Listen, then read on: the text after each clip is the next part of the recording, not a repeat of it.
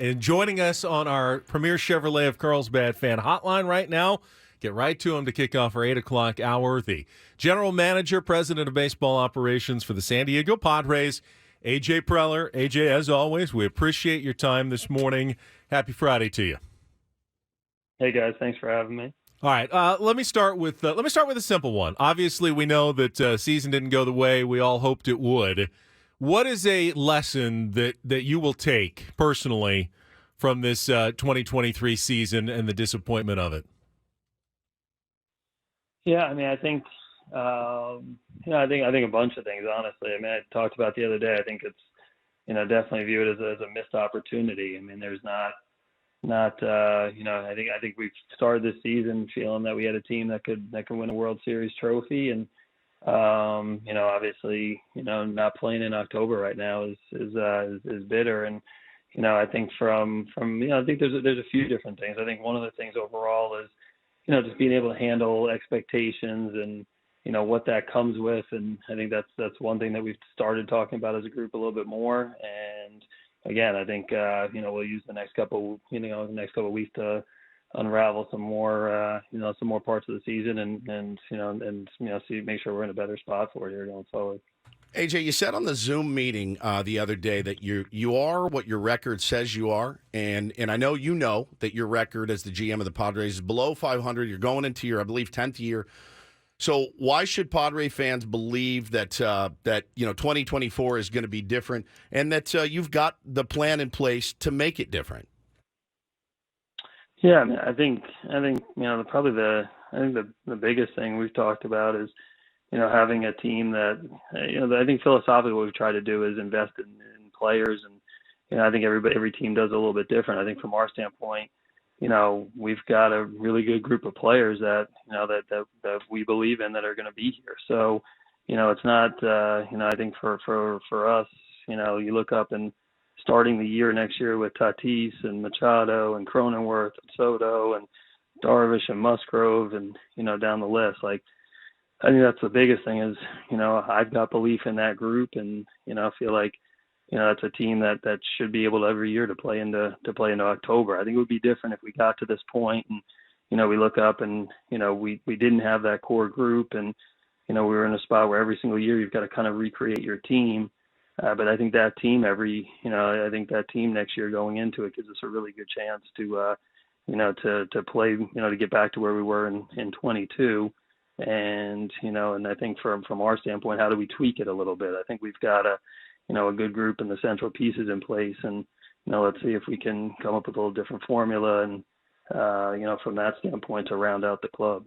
Talking to A.J. Preller, general manager of the Padres, is with us. One of the things you did also mention on Wednesday in that Zoom was the possibility of hiring, in your role as president of baseball operations, a general manager under you. I know you said you're looking into it, and it may or may not happen at some point.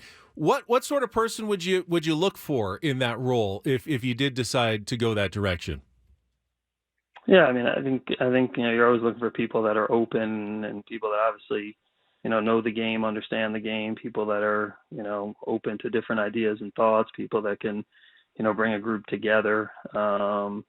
I think somebody that can complement our group and what we do. I think that's with anything, with any hire. That's those are the things that we're always looking to bring in, and somebody that wants to be collaborative and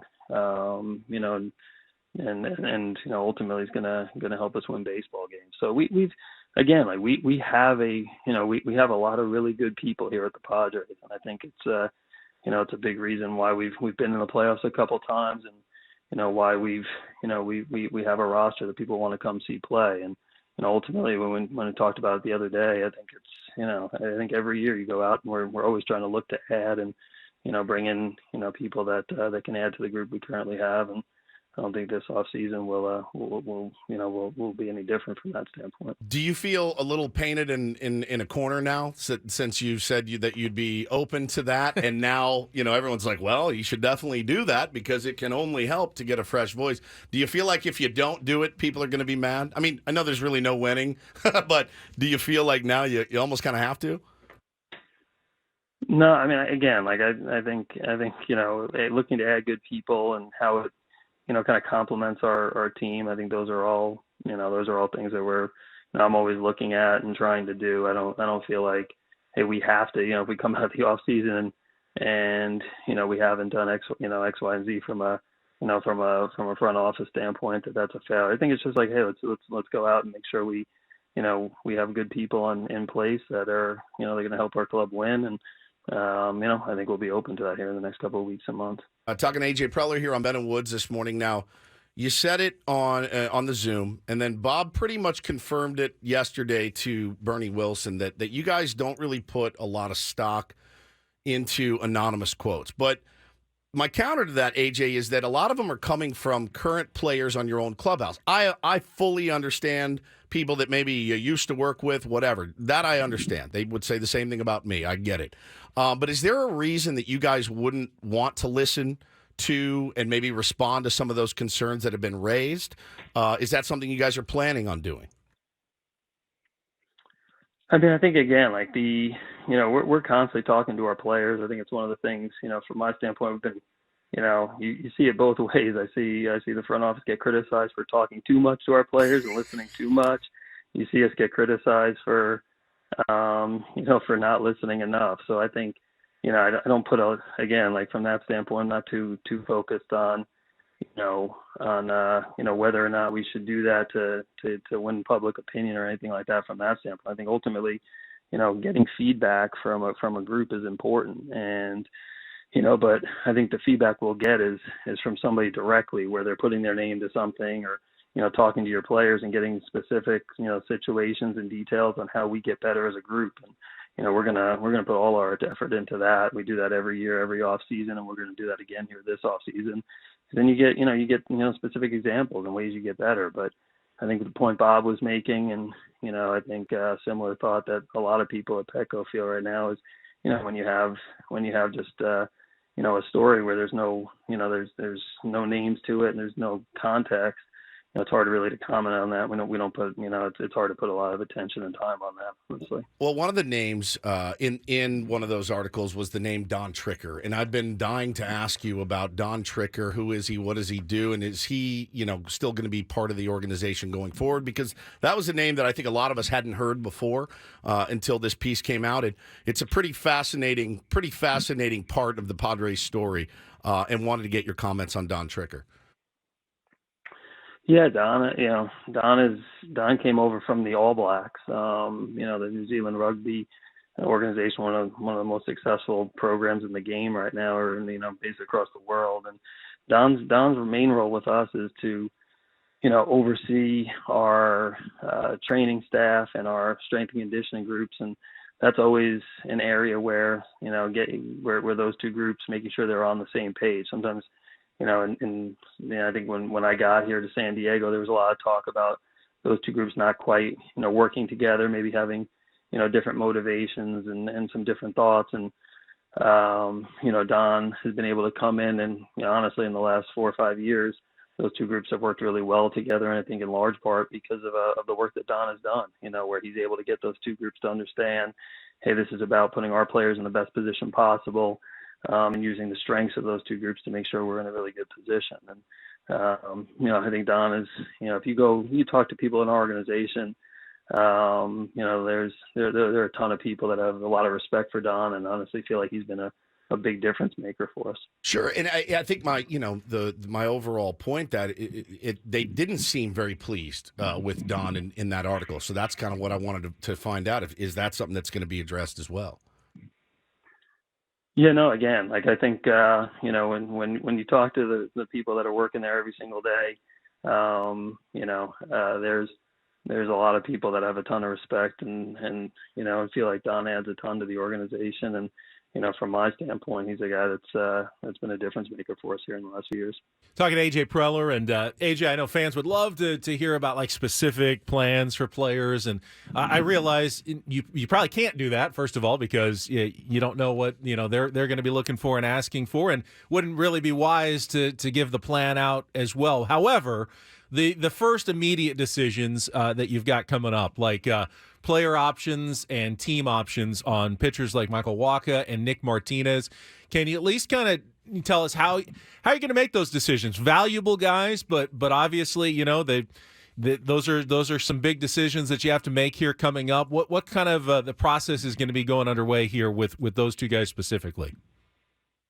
Yeah, I mean, I think when we get to I think when we get the next couple of weeks is all about figuring out a budget and where we're going to be at from a payroll standpoint, and then that'll point us in the direction of what the next steps are. So I think I think we have a few players with these opt-out situations. I think with Waka and with Michael and with Seth Lugo, they were two guys that honestly were probably two of the two signs last offseason that did great work for us and pitched really well, and have put themselves in a position where both from a team standpoint, we have a decision with Michael to make. With Seth's standpoint, he's got a player option, and the same thing with Nick Martinez. So, I think we'll see how the next couple of weeks play out. We'll get a sense of, what our payroll and budget numbers are going to look like, and then we'll handle those situations as we go and kind of factor in what the trade market's presenting, what the free agent market is presenting, and and go from there. But all three guys are three players that they've pitched really well here and been at least in this last year, they were big parts of the pitching staff. Nick the last couple of years, and I think we have to get into the off season and kind of see how things play out. But they're other guys that we'd like to bring back, but got to see how things all work out over the next few weeks. It's AJ Preller on with Ben Woods this morning, and with so much payroll committed long term, AJ, and I know Peter. Obviously, we're pulling for him to get better sooner than later, right? Peter has preached continuity with the San Diego Padres, and we're going to get continuity this year with you back and Bob Melvin back as well. But, Bob is going to be playing or managing on a one-year deal as of right now. Do you think that's going to be a distraction that's going to be hanging over him, you, the fan base, anybody that wants Bob back? If things go south early, I'm sure everybody's going to be talking, of course not us, about a quick hook and going with a different voice. Is that something you've thought about, an extension? Have you guys talked about that at all? Yeah, I mean, I think like I mentioned the other day, I think all the, whenever, contract negotiation situations on that front will, I think from our organization, myself, we never really get into the details of that publicly. But I think, our players have a lot of respect for Bob. And again, I think from that standpoint, I think our players honestly, like, they understand. I think their focus is going to be on how do we make sure that we're in a better spot for next year. And I think that's I think from our standpoint with Bob, I think that's going to be really a big part of the focus over the next few weeks is getting there. And anything we do with Bob and his situation from a contract standpoint, we'll handle between me and him. Privately and go from there with it. Sure. Is it contingent? Is it contingent on winning? Is it, well, if you get off to a hot start, then we can talk about, you don't have to give particulars of a number or anything like that. I mean, do all parties involved, want to stay here and continue to pull on that rope and deliver, a championship? Yeah. I mean, I think that's really what, again, I think, obviously when the season ended, everybody's kind of so focused on winning games at the end of the year and during the season. I think when the year ended, that's what, the last, the first few days coming out of the season was all about, just making sure that, hey, now that we got a little chance to breathe and, think about and reflect a little bit, hey, where's everybody at? And, I think from Bob's standpoint, hearing his take and his thoughts and, getting to a point, the couple of days after that where everybody's, I think everybody looked at it as, yeah, this is a place we believe in our players, we believe in the team and the group. And, I think everybody's excited about, the challenge for the off season about getting better. And, hearing that from Bob directly over the course of the last few days was important. And, I think honestly, everybody's feeling pretty good going into the off season from that standpoint. You're one of the few people in baseball that Scott Boras seems to speak highly of, especially at those winter meetings, press conferences. Obviously, with Juan Soto, 1 year left on his team control. Have you seen a willingness on their side to even discuss? Scott has been known for wanting to take players to that open market to drive up the free agent prices. I mean, you certainly have expressed an interest in keeping Juan Soto. Is that something that you feel like they'll really discuss before that time that he gets to free agency? Yeah, I mean, I think with Scott, he's always at least in our dealings with him, he's always been very clear, in terms of, and I think he's made it clear that Juan enjoys San Diego. He likes it here. He obviously had a really big year for us this year in a big second half and last month. And I think again, I think from Scott and from Juan talking to those guys over the last year, I think there's definitely scenarios where they have, being in San Diego is of interest, and I think that's, we'll get into that a little bit more here as we get into the next couple weeks and months and get more of a sense for exactly what that means. But I think the interest level on both sides is there. Good. Talking to AJ Preller. Last one for me, AJ, before we let you go. So we had Eric Grupner on a couple weeks ago, and, he talked about reducing payroll. It's been reported payroll is going to go down. Now, season tickets are going up, and we hear from hundreds and hundreds of Padre fans on a daily basis. What's your message to those fans, the ones that are kind of, they have a little doubt now, they're a little unsure. They still love the Padres, but they want the Padres to do well and be in the playoffs. What is your message to those guys about some tangible improvements that we can expect next year? Yeah, I mean, I think, the biggest thing is, I just know that we've got, a group of players that is, I feel like as talented as any team in the game coming back, for next year. And I think we're going to have an unbelievably motivated, group of guys that, I think the way we played down the stretch, I think we had the best record in baseball in the month of September. I think that's what we should expect every single day, what we should expect, from the beginning for next year. So, I think you can look at it. There are some things that didn't go our way this year, from some different standpoints. But I think we're, I know that the guys just talking to them here at the end of the season are very motivated.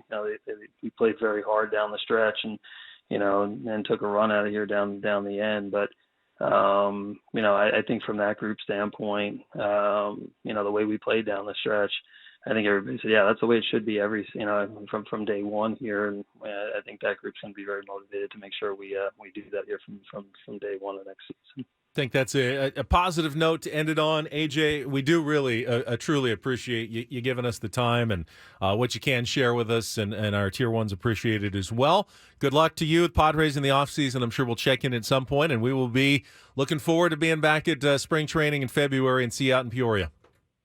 All right, appreciate it. Thanks, guys.